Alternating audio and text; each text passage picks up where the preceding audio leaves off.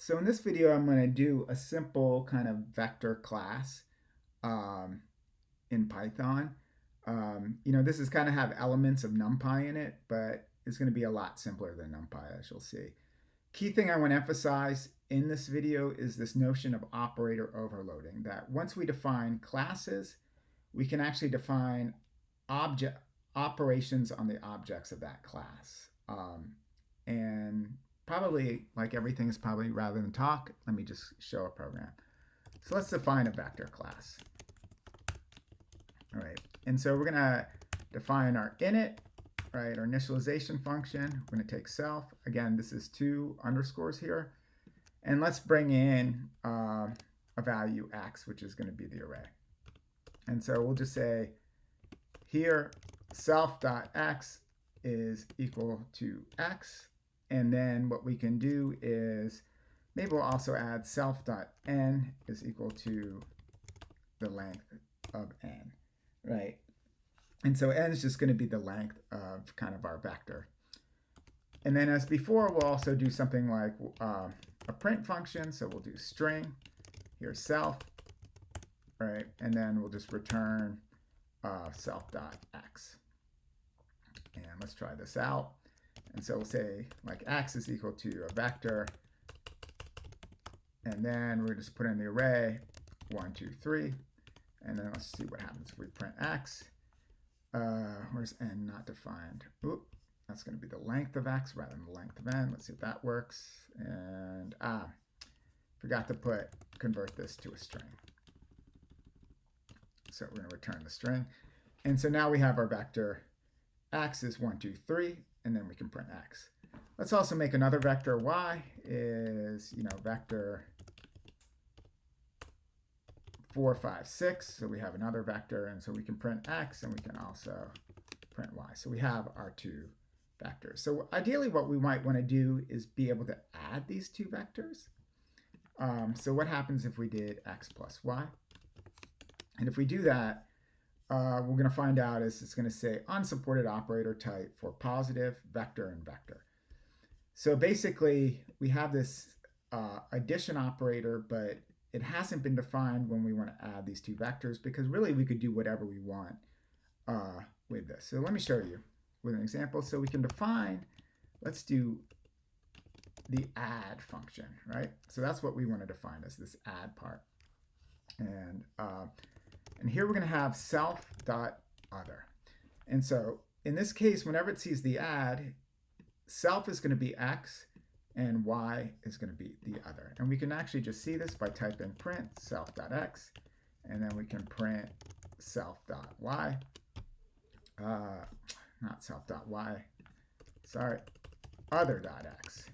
And when I print this, so when I do x plus y, it's actually going to run these 2 lines of code. And so this is the self part, which is what's to the left of the plus operator. And on the right hand side is going to be vector, which is our 4, 5, 6. And so if we really want to return it, what we're going to do is maybe what we're going to do is set z is equal to maybe x of I, let's say self.x of I, which is the adding the vector, which is element by element, plus other.x of I. And then maybe we can do it for I in range. And here we're going to do range of self.n. And then what we're going to do, what did I do here? And then this is going to be, z is just simply an array. And so then what we can define is we can return a vector with z in it. And so we run it. Now x plus y is just a vector, but if we were to print this, what we're going to see is that that new variable is 5, 7, 9, right? Which is the element by element addition of this. So 1 and 4 is 5, 2 and 5 is 7, 3 and 6 is 9. Or we could also do something like z is equal to x plus y, and then we can just print z, right? So the same thing with the addition, where we're using this add underscore underscore add underscore underscore to redefine this operator. And basically every operator possible we can redefine. If you look in the documentation, there'll be some examples. I'm not going to do all of them, but we'll do add, we'll do subtract, and we'll do multiplication in a second. All right. So the next thing is we might want to, what happens if we want to do something like, if we think about NumPy, we're going to do x plus 1, right? And if we think about it element by element, typically what we want to do is add 1 to each element of x. And if I run this, what it's going to do is going to give me an error, and it's going to say int object has no attribute x because it's assuming that other is basically a vector, and in this case it's an integer. So one of the things I could do is I could say if other, we could actually check the type of other. So we could say if the type of other, and there's really two options. If it's in, int or float, right? And then we're going to have an else, right? If it's not that case, then we know that it's going to be this z thing. But if it is a float, what we're going to do is set, let me tab this right. We're going to say z is equal to self.x of I plus other for I in range of self.n, right? And then I can run it. And now when I do this x plus 1, it's going to take this other and it's going to check the type. In this case, it's an integer, right? Because type of other is an int. And then it's going to just take that other and add it element by element to this. If it's not, right, if we come over here in y, we're going to get the vector operation, in which case this is going to happen. Obviously, you'd probably want to do a little bit more complicated conditionals if you're writing, real code, but this is just kind of for illustration purposes. All right, so we did x plus 1, but we can also do a float, so 1.5, right? So we have our values there. So what happens if, x plus 1 is what I did before, but what happens if we want to do 1 plus x? And if I run this, it's going to say unsupported operator type for int and vector, right? So typically when we did x plus 1, since the first object is a vector type, we know that Python knows that the plus operator is going to be associated with the vector type. But when we have an integer here, it's going to look at the plus, but then the second type's a vector, and it's not going to know what to do with this because we've swapped the order of it. And so what we can do is actually define, Python actually has a specific command for this built in, which is going to be reverse add. And this is going to be, again, taking in self.other. And let me just comment this code down here. And let me come up here and put another print statement to put a little bit more space there. So to take a look at what these variables are, so if I print self.x and I print, let me just print other, what you see here is with our add, self refers to the x because that's the only case of the vector, right? So it wants to be something like that. And then other, which is the reverse add part, is this first object, and that other is just simply a 1. And so because of this, we could just actually take these out, and basically we just take this little bit of code, copy it, right, come over here, where the other now, by definition, is going to be a scalar variable, or we assume it's going to be either an integer or a scalar variable, and then we can return vector.z.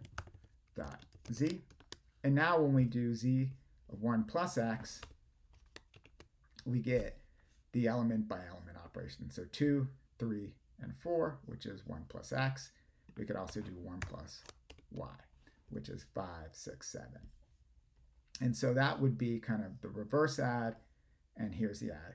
And basically, if you want to enable scalars and vectors or other things to operate on the vector class, basically you have to add this radd to account for the second operator not, or the first operator not being a vector class. Likewise, you have to do these kind of conditional statements.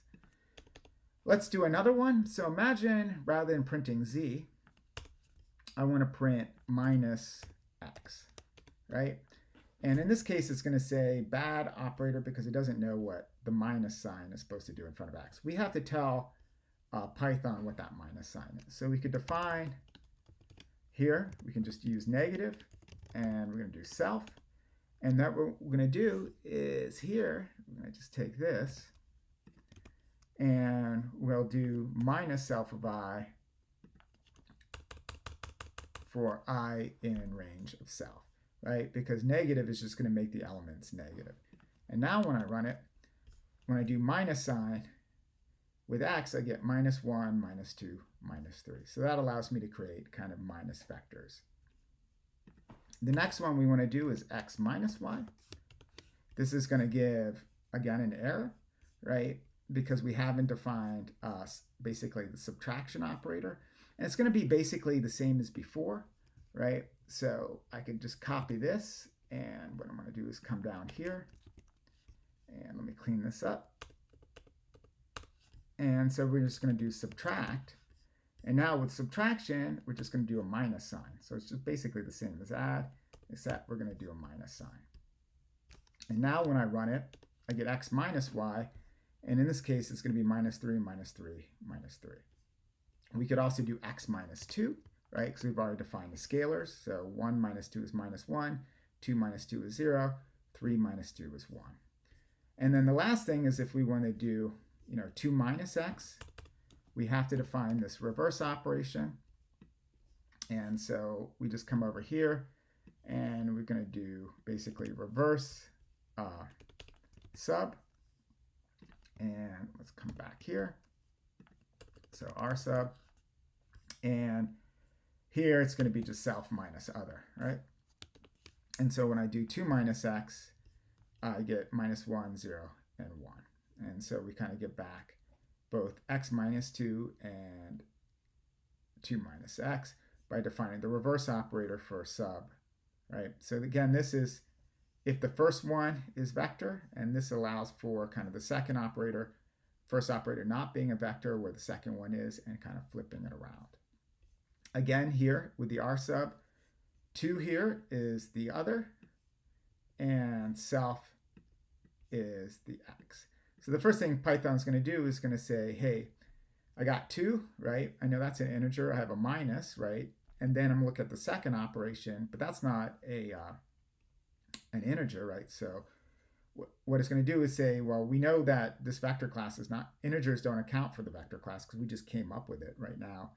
And so what it'll do is say, hey, let's see if this vector class allows this operation of a minus where that first object is something other than a vector class. And that's where the r sub comes in. Last one we'll do is say define multiplication. So we could do multiplication. Here we'll just do basically a dot product.